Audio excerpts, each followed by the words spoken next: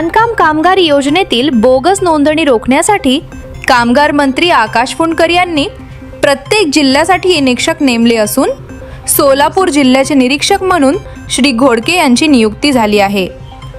सोलापूर दौऱ्यावर आलेल्या घोडके साहेबांचा बांधकाम कामगार संघर्ष समितीच्या वतीने विष्णू कारंपुरी महाराज, अंगद जाधव, सोहेल शेख यांनी पुष्पगुच्छ देऊन सत्कार केला।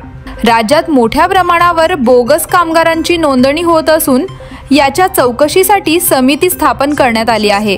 सहाय्यक कामगार आयुक्त कार्यालयात झालेल्या सत्कार समारंभात श्री सुधीर गायकवाड, संघर्ष समितीचे पदाधिकारी आणि नव महाराष्ट्र कामगार संघटनेचे प्रतिनिधी उपस्थित होते।